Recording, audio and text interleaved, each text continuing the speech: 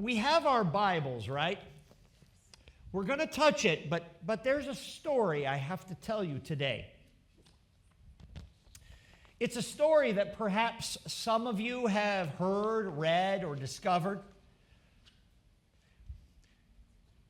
The first year, I believe, of the United States even having a national anthem was, I think, 1930, like something like that. I think it was Herbert Hoover.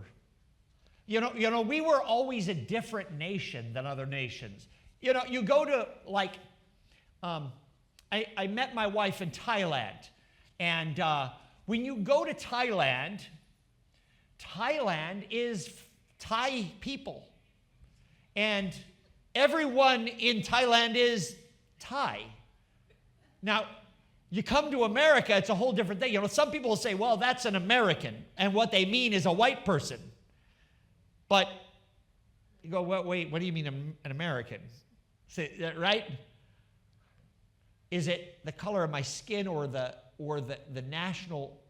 It's different, right? You go to the Philippines and you'll have Filipinos, and that's the country of the Philippines. Now, I would love to immigrate to Thailand. I actually love Thailand. It's not going to happen. It's too much money. Even to, like, Mexico, try to immigrate to Mexico. It just doesn't calculate. You can try. And if you know people in government and have a bunch of money, you can do it. It's different.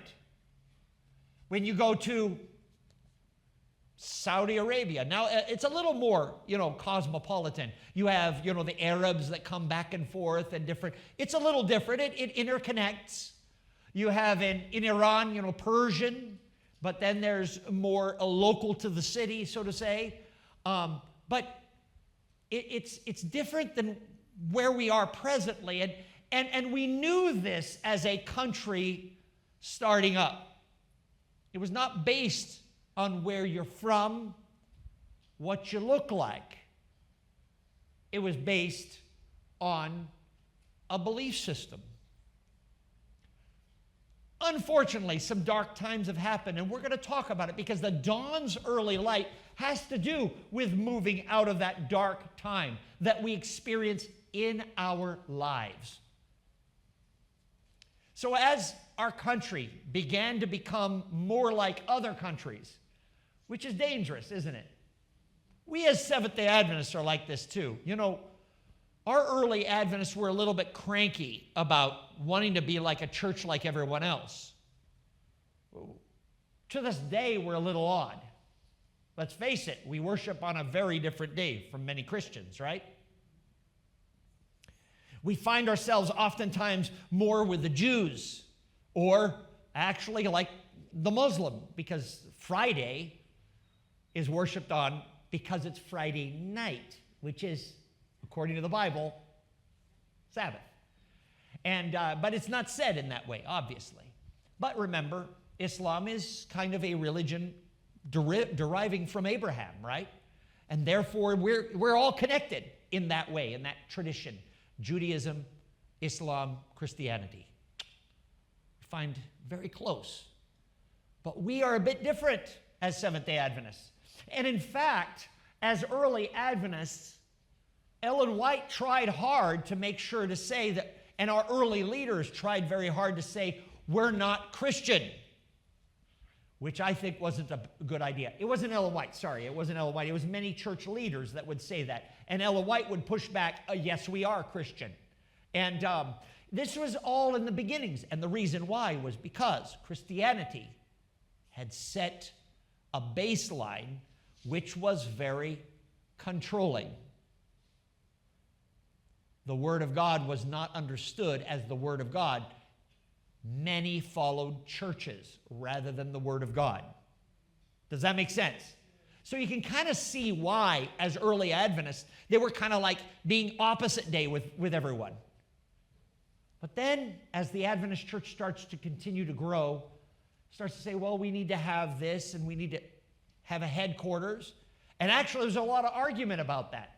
many prominent Seventh-day Adventists that we would call Seventh-day Adventists today did not want to have a general conference or conferences. They wanted local churches to all follow the Bible. But James White was one that said, hey, we're so worried about becoming Babylon, because they said that was Catholicism, Babylon, right? This idea that the Pope tells everyone what to do. So they said, he says, we're so worried about being Babylon that we're becoming Babylonian. Every church we go to, we don't know what anyone believes because it depends on whoever the leader in that one church is. Does that make sense?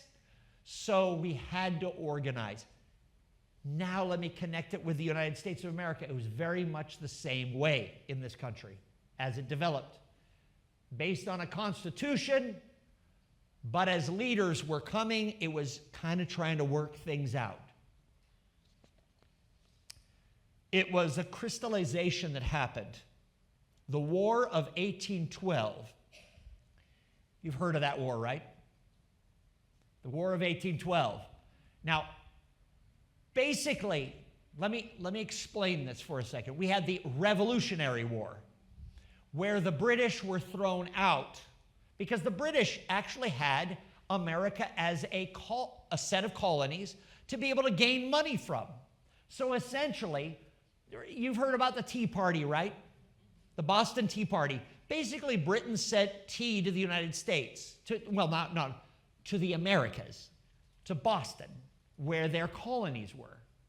And everyone was forced to buy the tea, even if they don't drink the tea. The ship comes in, you owe us this amount of money. So the Boston Tea Party was basically guys saying, we're going to throw the tea in the water and tell them we can't pay. That was taxation, as well as other forms of taxation that were coming up. That was the big deal. It's always about taxation. You notice today is also the same thing? You ever notice that? Beware of those who love high taxes, because when the high taxes come in, there's always going to be a problem. Even if we say we want it, wait till it happens, right? And that's just a reality of how it was formed. The British were thrown out, of course, but actually, do you think the British really wanted to be thrown out? This fruitful country that has so much, you think they're going to let go that easy? They did the passive aggressive, which was anytime an American ship or one from the colonies would leave to go somewhere, the British would commandeer the ship once they hit international waters. They would conscript all of the people on the ship into being prisoners on the ship and force them to 4 years or more of labor. One of those people was actually Bates. You know, one of our church fathers was William Bates. Is it William? All right. I don't know why with names right now. Joseph Bates. He was actually one of the big leaders in our Adventist church, but he was older than everyone else pretty much. He had been conscripted into a ship, and he was forced to labor on that ship. And during that time, there were storms that happened, and he had no control over his life.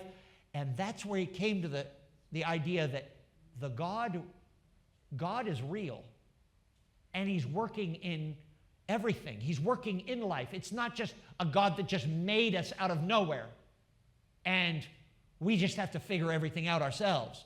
Deism. He changed to God is a God that cares about me, because certain things happened to him that only God could have been the reason why. So, in the War of 1812, finally, America started attacking back. That's basically how it was. And then the British decided they're just going to pound the shores, and they did. Washington, D.C. was just infancy of them building this capital. It was pounded. And I think it was Hamilton. Which president? I have it in, I won't get into them. But he was the president, I believe. Let me see if I got it here. Never mind. I remembered it, but I forgot it. But he had to leave and go to Baltimore. And Baltimore at that time was a major port, still to this day a major port. And so then the British took their sights from D.C. to Baltimore. 1814. Betsy Ross makes this big flag. And in fact, let's take a look at it. If you take a look here, go ahead and put it on the online. This, you can see it. You can see it there, but let's go ahead and put it on the, unless the system is not working for that. You can see it behind then, if not. So this flag, let me go backward one step. You see that Betsy Ross flag? How many stars are on it? 13. Only 13. 13 colonies. And we got the stripes. This is a very large flag. The reason why, look at this, how big it was when it was first put out after the war in 1814. You see how big that is? See the guy? If you go right now to the Smithsonian, you can see that flag. Old flag. And there's a couple different other ones that also went through it. Fire and all different kinds of things. In Baltimore, this Fort McCready was a place that flag was hoisted high upon. And if you take a look there, you can see it looks like a pentagram, doesn't it? Or a pentacle. And, you know, the early America was very much into Freemasonry. And the pentacle, the 5, mattered a lot. And so it was not Freemasonry of Europe, very different than, it's not like the Da Vinci Code type of Freemasonry. It was more secret societies. And the reason why that is if you were in a country where the British would catch people for talking about things or communicating about having their own country, then secret societies become very important, a way to hide underneath. And that's why many of the early pioneers of this country were a part of secret societies, because it was the only way for them to talk with one another and discover how we're going to build this new country when it was illegal to do so. Because when they signed the Declaration of Independence, it was a warrant on the head of every name there. In fact, it's John Hancock. Thank you. The John Hancock. He signed it real big because he says, my brain today. But King George, thank you. Sherry's my helper up here. Thank you, Sherry. King George, he says he's kind of hard seeing. He can't see as much, so I'm going to make my signature as big as possible so that boy can see me. And there it is. Now we call it the John Hancock, a big signature, right? And but these guys were in trouble the minute that Declaration of Independence happened. But that didn't end the formation of this infant country. It was hard times. We're going to get into that in a second. But Fort McCready's there. And you can see that thing over there. And you can go to it today and take a look at you can see that large flag, another, not the original flag, but just in the bay, here are some paintings that were made of this in the newspapers of the time of what happened in 1814. For the British decided when they saw that big flag, and they made a big flag because early America said, we want to make sure that they know we're a real country. We're going to fly it big. Tell them to either go away or deal with us. And that's exactly what happened. The British decided they were going to come in. It was April 14th, that they came in. And they said, we're going to pound that until that flag goes down at Fort McCready. Huh? McHenry, thank you. McHenry. And here are some pictures you can see from the Smithsonian of these things that happened. And there was a young man. He was a lawyer. His name was Francis Scott Key. Francis Scott Key was actually trying to negotiate a deal with British on the ship because there were about 100 men that had been conscripted or captured by the British. And so some of them had families with money. And so he says, I will work out a deal to try to get your prisoners and exchange your prisoners for our prisoners. And he comes to the ship. He worked out the deal on the main ship with the main commander. And he had struck a deal. And as he was walking up, the commander says, wait, I'm sorry, you're going to have to stay here. We've begun an operation. As the Brits would say, we've begun an operation.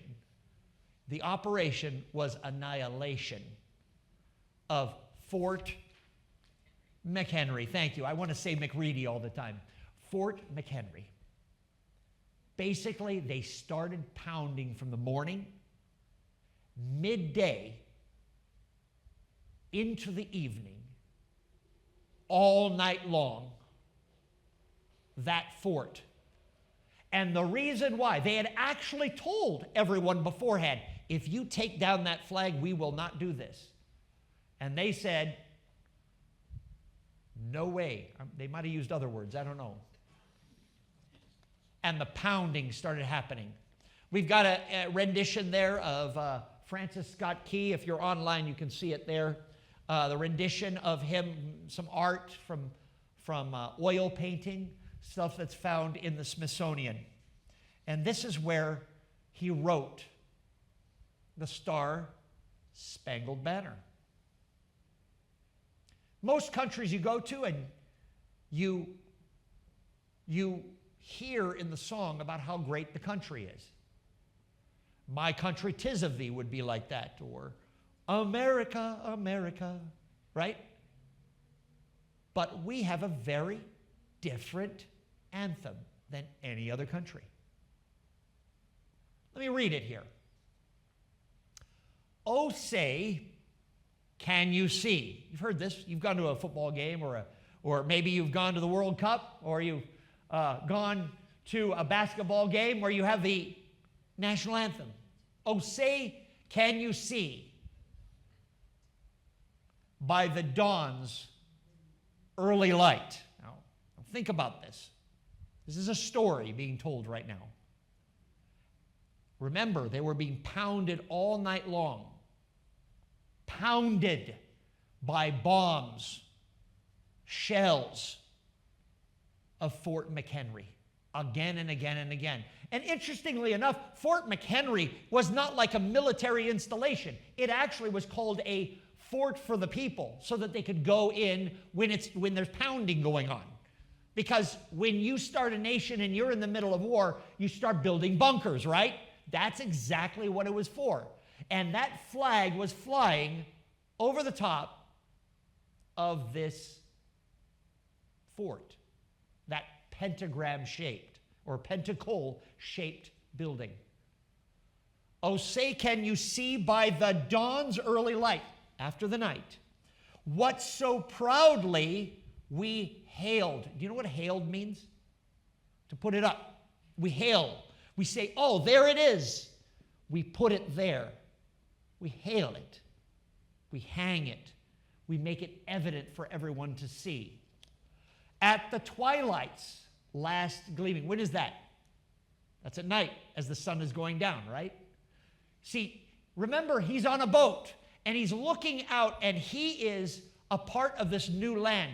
And he doesn't know. He just negotiated a whole bunch of his own American people that were from a colony, negotiated to take the prisoners of the British and switch it with the prisoners of the colony so that we could switch. Only problem is, if this operation works, it's all moot. Why have a negotiation? The Brits own, right? That was what was at stake. And the colony, early America, said, we're not taking the flag down. Now, there are stories that we have, and sometimes with history, we kind of don't know what is real and what is legend, right? But there were 4 people that died that evening, which is amazing if you think about it. In fact, that was something that Francis Scott Key literally said afterwards, after he had penned this poem. He could not believe because he wanted to go straight to the fort to see who's alive, and he found out only 4 people had died after being pounded. And in fact, there was even a situation where the flag would start to go down, and they come and they push it back up and rebind it. You can find those stories when you go to the site to look, or at the Smithsonian. You can read these. At the twilight's last gleaming, they all thought that flag was gone. Whose broad stripes, you've seen it, and bright stars, through the perilous fight, kind of a one-sided fight if you think about it, or the ramparts we watched. You see that? See McHenry there and the flag? Now, I can tell this one's an AI because they put the Betsy Ross flag there. You see that, the round one? The original Betsy Ross flag. But then later it had the straight lined stars, which the flag that was there actually had. Kind of laugh when the AI does that. Through the ramparts, or the place where, like our barriers, we watched. They were so gallantly, what? Streaming. Right? The flag is still there. And the rockets' red glare, the bombs bursting in the air. Now let's stop.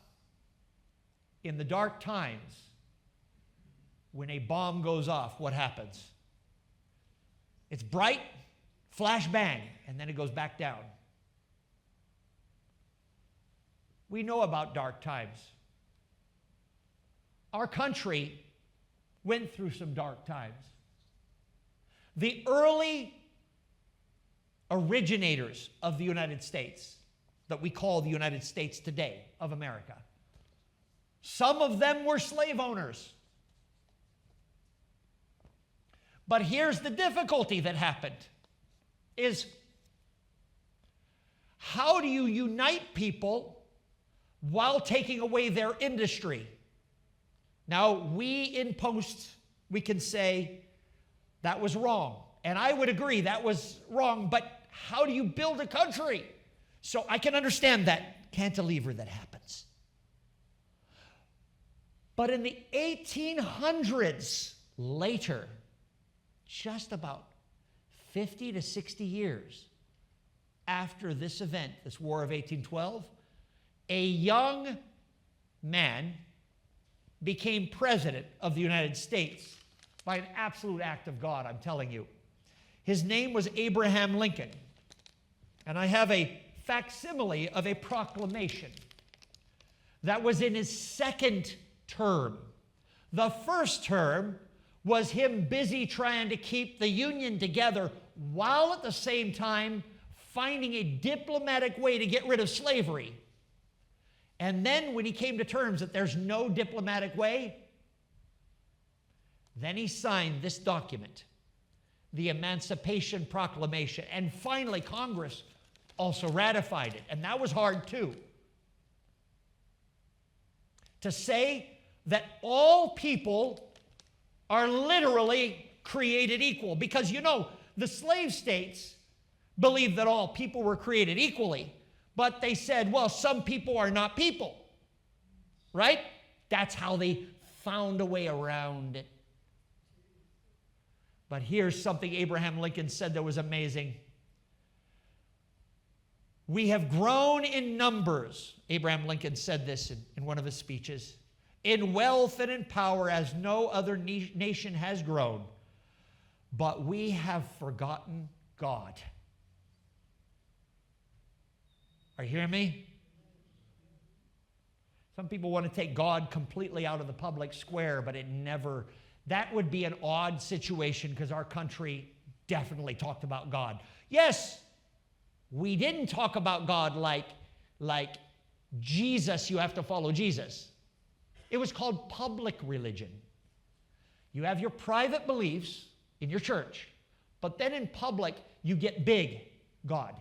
You say, We hold these truths to be self-evident, that all people, or men, they use the word men, are created equal and and created with inalienable rights by their Creator. See if I can do it correctly. Their Creator. He wasn't talking about evolution. They weren't talking about evolution. They were talking about the Creator. And they said, whatever denomination or whatever belief you have, as long as that's the public religion, we don't step on anyone's toes. That was the idea that they originally had. So Abraham Lincoln, I continue to read, we have grown in numbers, wealth, and power as no other nation has ever grown, but we have forgotten God. We have become too proud to pray to the God that made us.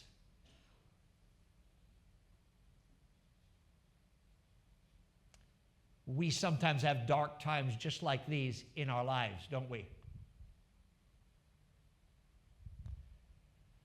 We become proud and we say, I want what I want when I want it. I will figure out a way to get what I want. And I'll maneuver any law possible. That was what slavery was all about in the southern states. Maneuvering and manipulating the law to say something they wanted, whatever it was. But believe you me, a lot of them didn't want it. It was the owners that wanted it. But at a certain point, there had to be an exorcism from the country. There had to be a cleansing. Our country became real as that civil war was being fought. But it does not deny the reality. Because let's keep reading. Through the dark times, we have to realize that there's always a dawn's early light that is coming. We as Seventh-day Adventists believe the same thing. We believe that in the end times, it will get dark. And when I say dark, I'm talking about no light. Have you ever been in a room that's so dark you can't even see your hand in front of your face? Have you had that? I remember I heard that question, or I heard that statement as dark so that you can't see your own hand in front of your face. And so I tried it when I was a kid. I'm maybe 9 or 10. I went and locked myself in a closet, and I still couldn't get it dark enough. And one time I did. And I was like, man, I can't see it. We will get, and we are on our way right now. Not physically, right? It won't get dark like just that. Well, actually, in the book of Revelation, there's a time when there will be a seal broken and darkness. But let's think of it spiritually right now. It is not until dark times come that we learn to enjoy light. Did you hear me? Jesus even said it. He said to the leaders of the church at the time, the Pharisees, Sadducees, he said, the reason why you like the darkness is because no one sees what you're doing. It's kind of like the digital world sometimes, isn't it? This world gets dark. But I have good news for you. Let's keep reading. Are you ready? So, the flag was gallantly streaming. The rocket's red glare and the bombs bursting in the air gave proof through the what? Night. That the flag was still there. Now, here we go. Oh, say, does that star-spangled banner yet wave? Oh, say, Now that's a question. Does it yet wave? Because it's at nighttime. You don't see.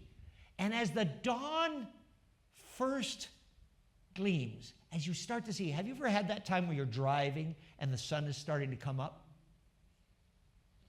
First, you have a bit, first you could see your stars you see a lot, right, in the sky, and especially if you're in a desert or somewhere.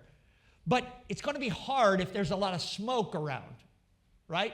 But as the sun starts to break across the horizon, you start to see it like this on the curvature of the earth. And you can start to see the contours of all the dark land you've been driving through and you didn't know what it looked like. First time I was driving to California was coming across, I was in a Mustang, it was like 92, I'm driving from Colorado, or maybe it was from Lincoln, Nebraska, and I'm coming toward California. And I remember in the morning, I had gotten through Las Vegas and all the brights were behind, and I'm driving, and it was about a place, Zeiss, I think, that area, that Zeiss or whatever it is. And I started to see light coming over the top of those mountains. And you go, okay, here we are. I can see. Now, when it came up, I'm not sure if it was that great to look at. But anyway, just kidding. All right. So, oh, say, does that star-spangled banner yet wave over the land of the who? Free. Yes. Abraham Lincoln. Yes, America. We have to learn how to let people be free. But it's an ongoing thing. But it takes one thing to bring about freedom. It takes bravery. And the home of the what? The thing I love about the concept that we have originated, so to say, as a country, and it's not totally originated because Rome did the kind of the same thing, and it turned sideways, if you know anything about history. And we know from prophecy, our country is turning sideways a little bit. But that does not mean that we don't believe in something greater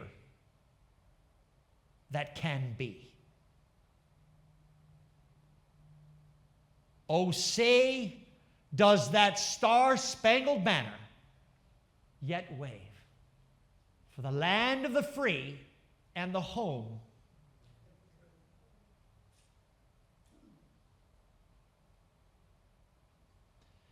Do you have bravery in you?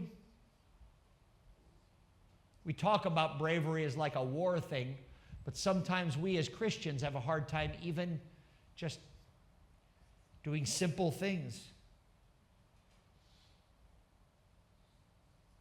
Just for Jesus. Bravery does not come from outside actions.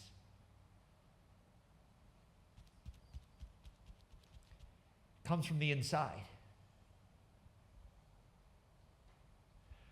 If you have your Bibles, we'll now go to this verse from Ephesians. Ephesians chapter 5, verse 8. For you, he's now talking to those who believe in Jesus, which I would hope is every one of you. And if you are not yet there, I have a baptistry here at this church, and we can get you locked in. Are you with me?